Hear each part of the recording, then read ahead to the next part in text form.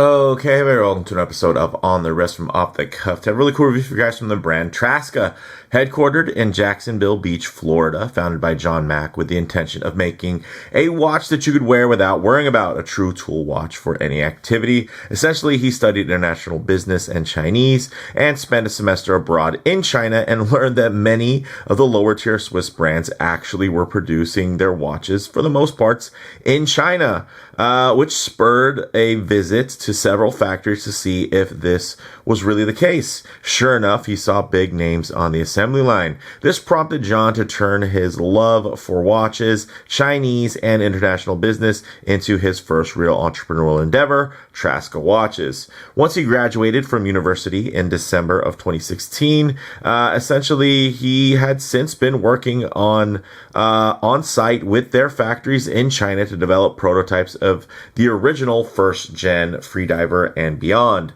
Now, in terms of type of watch, this is a dive watch. Some key common characteristics inside which you're looking for a diver. You want to find that, of course, water resistance, typically with some type of screw down crown. You want something that's tough, legible, with a dive time bezel, and a diver's extension is always nice if on bracelet. This is their Freediver 7, essentially, reference 1187, and this is the Chaouen blue with the date. And essentially building on the refinements of the 6th generation model reference, this new reference adds this awesome new blue colorway to the lineup, as well as upgrading to grade A BGW9, which offers 52% longer lasting lume, adding additional layers of inner anti-reflective coating to the crystal for increased clarity, and including quick release spring bars on the bracelet for easier strap changes. These go for $705 direct from Traska, and this was actually so compelling that I rushed out to purchase this particular unit for my own personal collection, and this exact layout is currently sold out. So you can still get it without a date, but with the date, this was the first one out of the batch that sold out. So I guess the other folks out there that were following this brand were also waiting for a blue dial variant with a beautiful date. So with that said, let's go ahead and zoom the camera out, get this piece in hand, and take a closer look. Okay, guys, now this is the model I've been waiting for. I mean, the colorway, the aesthetics have been refined. Of course, not too different versus the Freediver 6th generation, but this 7th generation really ticked a lot of boxes for me. And this perfect shade of blue is fantastic. I do like it when brands will go on the deeper side of blue, and then, in the right lighting, it can get brighter. The nice thing here is this is always going to look blue. Even when it looks really dark and unsaturated in certain lighting conditions, it will still look like a blue watch. It will never look like a black watch. And some people would like that it's only blue under extreme lighting, but I will say this one stays looking blue, which I can appreciate. And when it does get ultra saturated, let's say with lighting, it still doesn't look overly bright or cartoony or immature. It still looks like a really nice blue. So big shout out to Traska for choosing the right blue for this. And this brand, guys, if you're fans of the channel, you know that I've been following this brand for quite a bit, since the very early days and their first Freediver 1st generation, and now here we are years later with the 7th generation. So this is just awesome, and pretty much every time I review their stuff, it just steadily gets better and better. So in terms of the dimensions here, guys, about 40.5 millimeters in diameter, 10.5 millimeters thick, or 12 millimeters, including that crystal, and then 48 millimeters lug to lug. This does have their signature scratch resistant coating as well, which I've even scratch tested in previous generations, and I know it's only gotten better. Of course, the scratch resistance is still intact, but the clarity on the coating is much better. It's evolved over the years. It used to be a bit of a darker tint where you would almost think the watch could be titanium by looking at it, but here you can see still it looks like a nice bright stainless steel color, which is fantastic. Now, getting into this bezel action, guys. Ooh, you hear that? 120 click, unidirectional rotating. ceramic insert, and it hits. There's a tiny bit of rock you can get on it, but I wouldn't say that it's, you know, playful in any way. There's no really... Ooh, definitely sounds better slower. Faster. Still good. But something about this refinement and the tactile engagement here, I like it. Now, does it feel super refined and, you know, like some luxury diver? No, it's not quite that. And I don't think you should really expect that for $700. Let me just give this a quick wipe. And again, guys, a lot of times it's really easy to equate value with watches that are copies and clones, because you equate value with the design aesthetic and not necessarily with the build quality, especially on some of these more simple tool watches, aka Rolex, that are out there that everybody loves, and they equate quality with that. And they do have very tight tolerances, don't get me wrong, but overall they're less complex in terms of their execution than, you know, I'd say most average microbrands out there doing something you know, a little wilder. Now, Traska, I think, find a nice balance where it's very tool-like in terms of its aesthetic and its execution, but they do have some beautiful refinements. Like, look at that beveled edge, the beautiful transition. Look at the grip there on that coin edge bezel, on even the crown there. There's a lot to interact with that just feels right, especially when you start looking at the bracelet. You can see it's fully articulated, guys.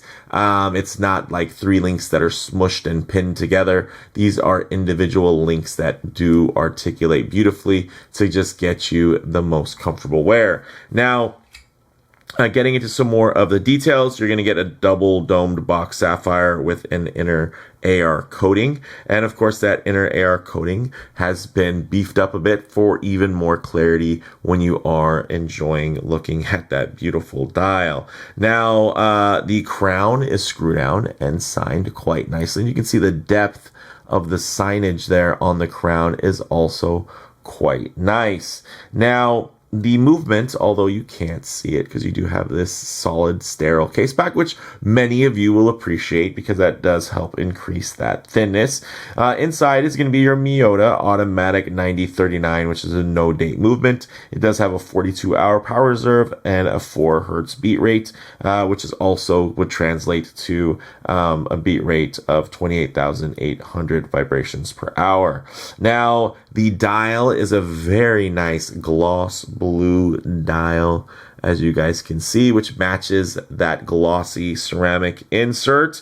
It does have applied indices that do have some micro bevels and faceting on there, so not quite just, you know, 2D. You're definitely going to get some extra dimension and refinement from these, I'd say, very versatile markers here, where, you know, of course they do flow with the handset, but at the same time, you know, these this isn't paying direct homage to any particular reference in terms of its look. It definitely is capturing an aesthetic that goes back to kind of big crown divers, but adds a nice modern flair to the execution.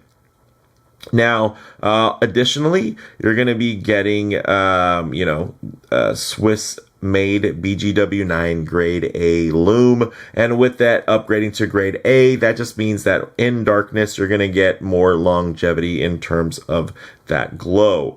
Now, it's also going to have 200 meters of water resistance, which is very nice, or 660 feet. So does the job absolutely. Now, getting into the bracelet, guys, you do have a very nice 20 millimeter lug width, drilled lugs, and now the addition of quick release spring bars, which is great. And then when we look here, this is going to taper from about 20 millimeters down to about 15.9 millimeters. Everything is solid, everything's articulated, fully brushed, with some nice high polished accents on the side, which do flow with the case. And again, quick release spring bars have now been added for even more, basically adjustability. You can pop this on and off bracelet, and then you can go ahead and take a strap and put it on that much easier. And if the strap that you put on here doesn't have quick release spring bars, guess what? You still have the pierced lugs so that you can easily swap out any strap after swapping this bracelet out.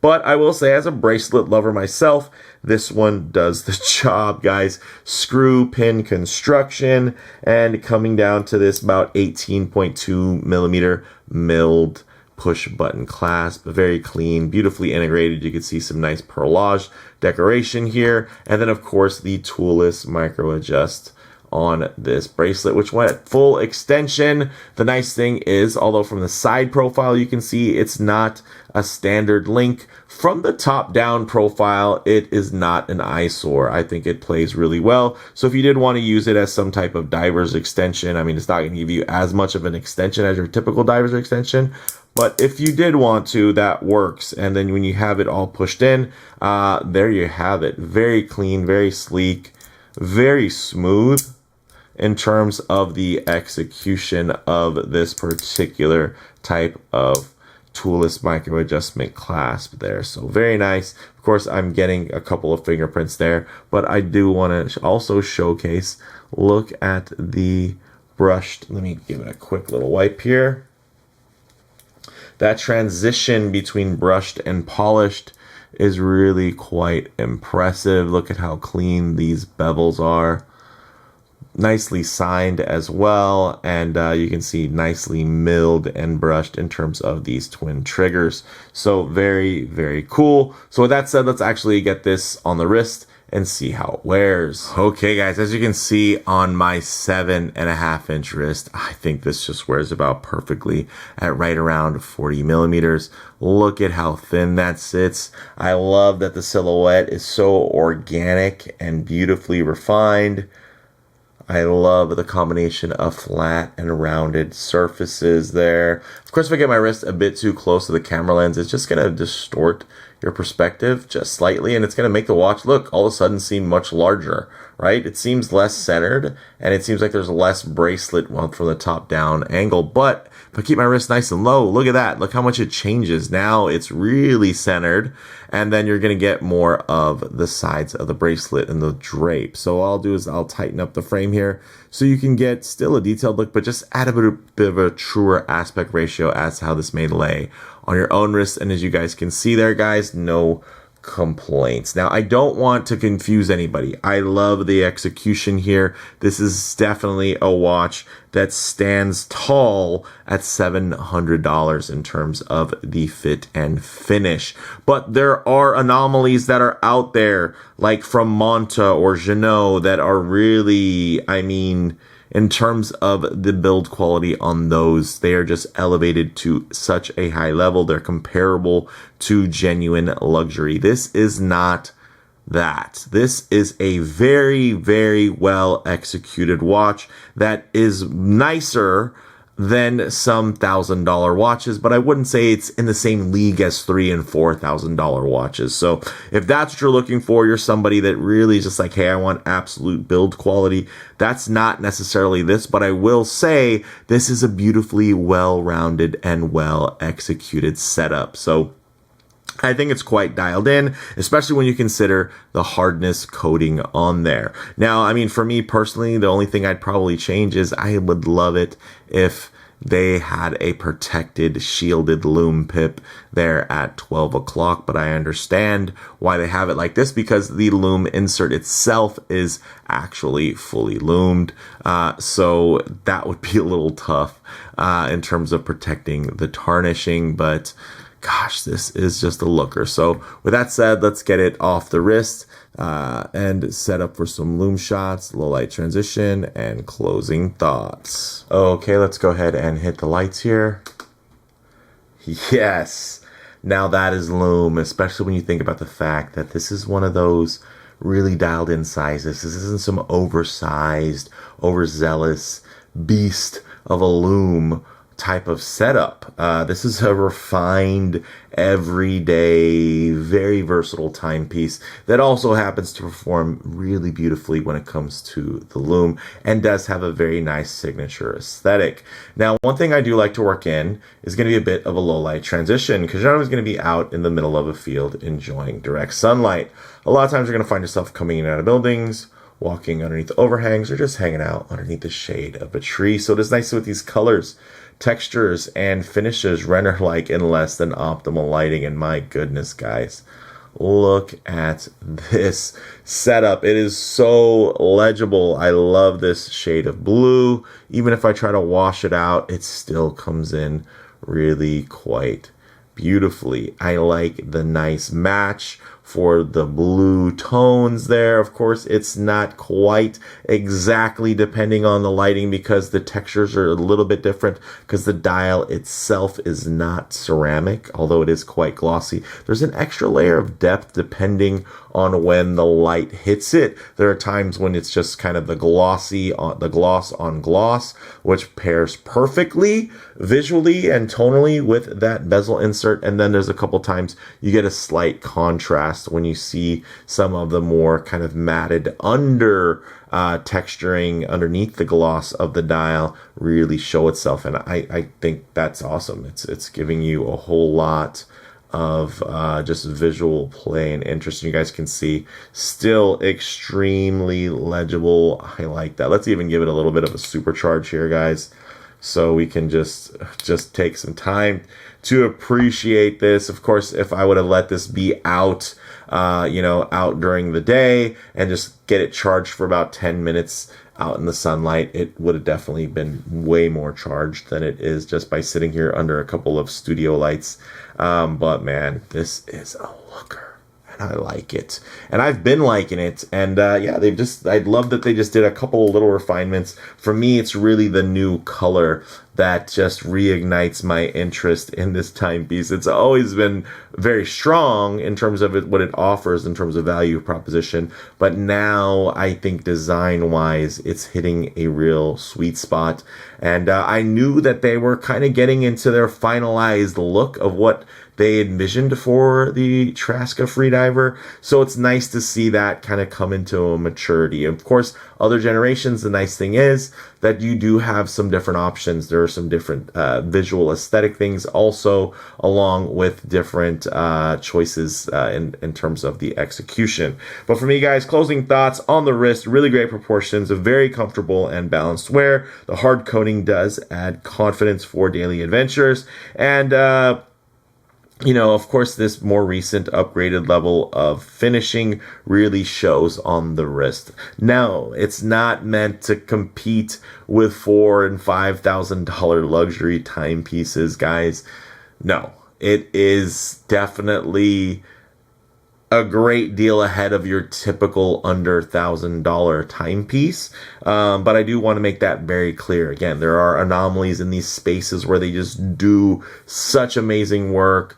And those types of watches do compete with some of those mainstream luxury brands. This doesn't quite compete with it from that perspective, but I wouldn't complain at all about the execution here. I mean, it is beautiful, but I know that there are some folks, that are looking for a very particular kind of idea. And a lot of times it ends up being something that's probably a little bit closer to a clone. This is not that. This has a lot of its own details that you'll just have to learn to appreciate.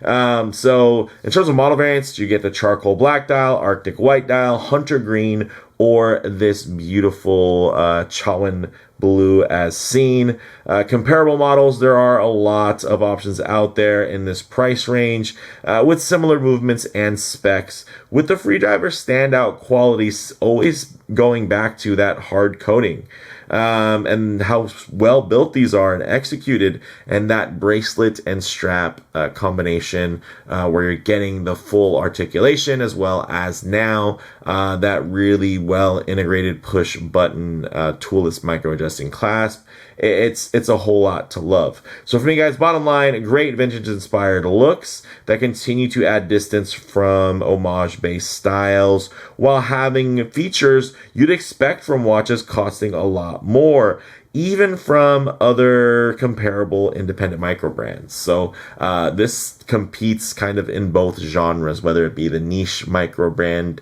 where it's just like everybody's offering so much value that it can kind of make it tough sometimes to choose between them all. And then on the other side, right, some of the more of the mainstream comparables, they're typically going to be a lot more expensive. And I mean, yes, they're going to have a lot more brand heritage as well, and some of them are going to have a more elevated execution. But again, this execution here, if I was to put this kind of in Swatch Group mainstream terms, is going to be, you know, probably knocking on Longines door, which is not a bad place to be considering that that brand has been on its way up market for the last couple of years. So with that said, let me know what you all think down in the comments below. If you liked the video, please leave a like. And if you haven't already, please subscribe for more content just like this. Thanks, guys.